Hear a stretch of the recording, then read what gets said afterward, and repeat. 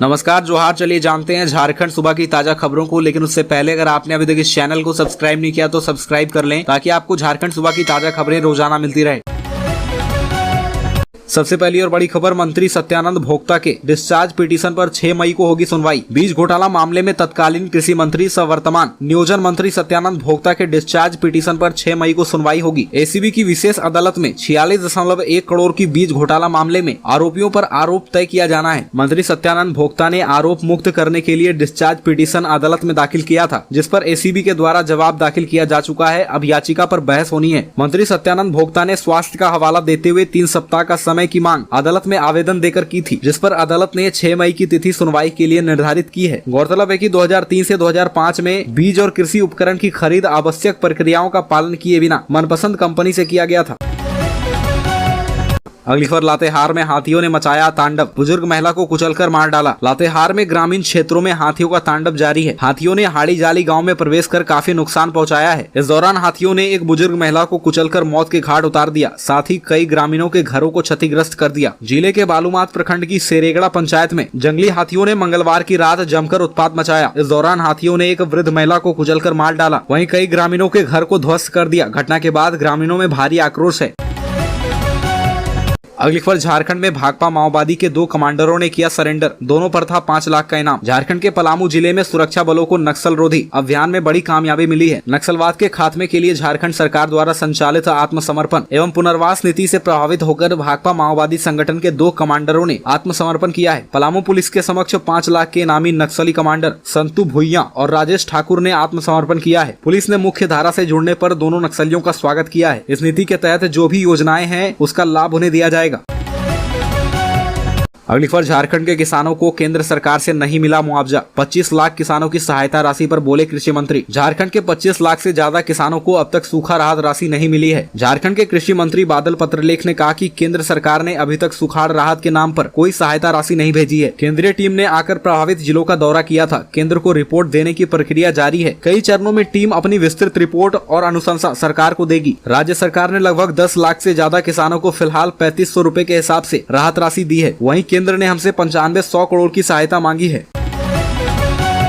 अगली खबर, हेमंत सरकार को बड़ा झटका, राज्यपाल ने लौटा दिया पिछड़ों को रिजर्वेशन वाला बिल। झारखंड की हेमंत सरकार को बड़ा झटका लगा है। राज्यपाल सीपी राधाकृष्णन ने विधानसभा में पारित ओबीसी आरक्षण को लौटा दिया है। राज्यपाल ने झारखंड विधानसभा से पारित पदों और सेवाओं में रिक्तियों में झारखंड आरक्षण अधिनियम 2022 को वापस लौटा दिया है। उन्होंने सरकार को कानून की समीक्षा करने का सुझाव दिया है। दरअसल विधानसभा में पारित ओबीसी आरक्षण के माध्यम से झारखंड में ओबीसी आरक्षण की सीमा 14 से बढ़ाकर 27% की गई थी। एसटी आरक्षण 26 से बढ़ाकर 28% कर दिया गया था। एससी के लिए इसमें 10% के मुकाबले 12% आरक्षण की व्यवस्था की गई थी। वहीं ईडब्ल्यूएस श्रेणी के लिए भी 10% आरक्षण की व्यवस्था की गई थी। इस प्रकार इस बिल के जरिए राज्य की सरकारी नौकरियों में कुल 77% आरक्षण कर दिया गया था, लेकिन अब इस बिल को वापस कर दिया गया है।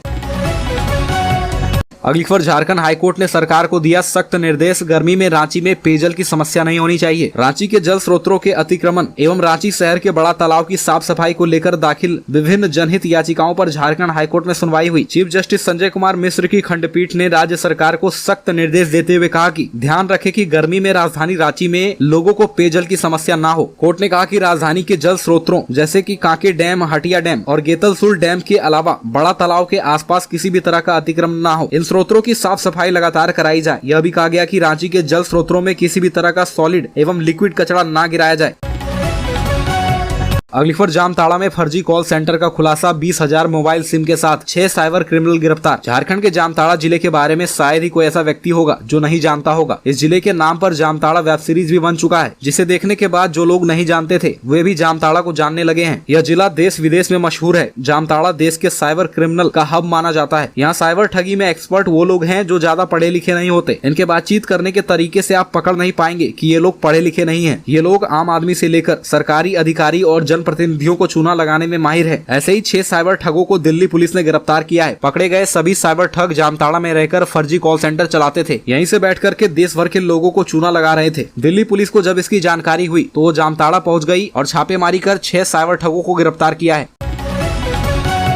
अगली खबर, क्षत्रिय समाज ने बाबूलाल मरांडी को सौंपा ज्ञापन। अखिल भारतीय क्षत्रिय महासभा के राष्ट्रीय महामंत्री डॉक्टर MS मानस और प्रदेश महामंत्री समरेश सिंह के नेतृत्व में प्रतिनिधिमंडल बाबूलाल मरांडी से मिला और उन्हें ज्ञापन सौंपा। ज्ञापन में क्षत्रिय समाज के लोगों को झूठे मुकदमे में फंसाकर जेल भेजने का जिक्र था। इसमें अभय सिंह की गिरफ्तारी, विधायक सरयू राय के समर्थकों के साथ सूर्य मंदिर एवं साक्षी हनुमान मंदिर मामले में मारपीट, आजसू नेता चंद्रगुप्त सिंह पर गैर जमानती धारा लगाकर केस दर्ज करने और भाजपा नेता विकास सिंह एवं कांग्रेस के नेता पप्पू सिंह पर झूठे मुकदमे की जानकारी दी गई।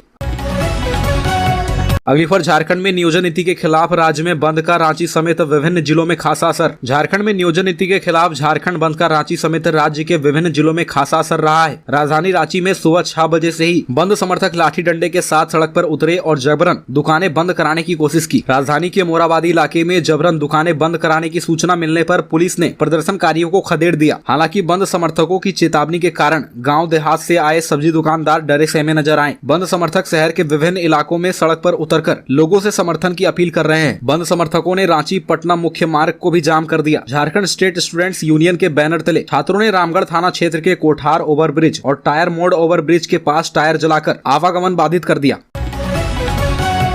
अगली खबर, झारखंड में राशन डीलर्स की चोरी रोकने की पहल, ग्रीन कार्ड धारियों को अब पैकेट में मिलेगा अनाज। खाद्य आपूर्ति विभाग राशन डीलरों की चोरी रोकने के लिए ग्रीन कार्ड धारियों को 5 किलो के पैकेट में अनाज उपलब्ध कराएगा। इसको लेकर प्रक्रिया पूरी कर ली गई है। ग्रीन कार्ड धारियों को 5 माह के बकाया अनाज का भुगतान भी किया जाएगा। FCI की ओर से अनाज देने से इनकार कर देने की वजह से ग्रीन कार्ड धारियों को नवंबर 2022 से अनाज नहीं मिल पा रहा था। सरकार की ओर से अब टेंडर निकालकर चावल की खरीद कर ली गई है। सरकार 34 रुपए की दर से चावल की खरीद कर रही है। पैकेट व ट्रांसपोर्टेशन की कॉस्ट की वजह से 1 किलो चावल की लागत 36 से 38 रुपए पड़ रही है। अगली खबर, कुत्तों की नसबंदी पर खर्च होंगे 10 लाख से अधिक रुपए। सड़कों पर घूमने वाले आवारा कुत्तों की नसबंदी में जमशेदपुर अधिसूचित क्षेत्र समिति और मानगो नगर निगम करीब 10 लाख रुपए खर्च करेंगे। दोनों निकायों की ओर से कुत्तों की नसबंदी, बंध्याकरण और टीकाकरण का अभियान चलाया जा रहा है। JNSC की ओर से अब तक 300 और मानगो नगर निगम की ओर से 50 कुत्तों की नसबंदी, बंध्याकरण और टीकाकरण किया जा चुका है। इनमें करीब 6,82,500 रुपए खर्च हुए हैं। आगे भी दोनों निकायों की ओर से अभियान जारी रहेगा। एक कुत्ते की नसबंदी, बंध्याकरण और टीकाकरण पर 1950 रुपए खर्च हो रहे हैं। आवारा कुत्तों के जन्म को नियंत्रित करने और कुत्तों के आक्रमण को रोकने के लिए यह अभियान शुरू किया गया है।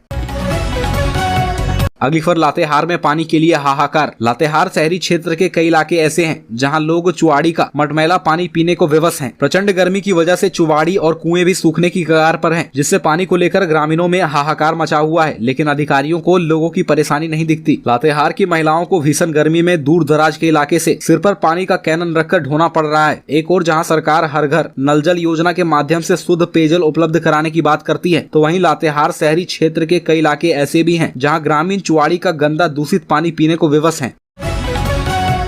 अगली खबर, कैबिनेट मीटिंग में 20 प्रस्तावों को मिली मंजूरी। नौकरी के लिए परीक्षाओं के आयोजन का रास्ता साफ। झारखंड कैबिनेट की बैठक में कुल 20 प्रस्तावों को मंजूरी प्रदान की गई है। बैठक में आधा दर्जन नियुक्ति नियमावली को स्वीकृति प्रदान की गई, जिससे अब सरकारी नौकरियों के लिए परीक्षाओं को आयोजित कराने का रास्ता साफ हो गया है। झारखंड में पंचायत सचिवों की नियुक्ति का मार्ग प्रशस्त हो गया है। झारखंड कर्मचारी चयन आयोग ने इसकी परीक्षा का परिणाम भी घोषित कर दिया था, लेकिन कैबिनेट द्वारा परीक्षा परिणाम जारी करने पर रोक संबंधित निर्णय को वापस लेने का फैसला नहीं हुआ था। सरकार ने निर्णय लिया है कि पूर्व के उस निर्णय को निरस्त माना जाएगा, जिसके अनुसार जिन परीक्षाओं का आयोजन हो चुका था और परिणाम प्रकाशित नहीं हुआ था, उनके परिणाम जारी नहीं होंगे और नए सिरे से परीक्षा का आयोजन होगा। इस फैसले के आलोक में अब पंचायत सचिवों की बहाली का मार्ग प्रशस्त हो गया है। राज्य कैबिनेट की बैठक में आधा दर्जन नियुक्ति नियमावली को स्वीकृति प्रदान की गई है, जिसके आधार पर अब कई पदों पर शीघ्र परीक्षाओं का आयोजन हो सकेगा।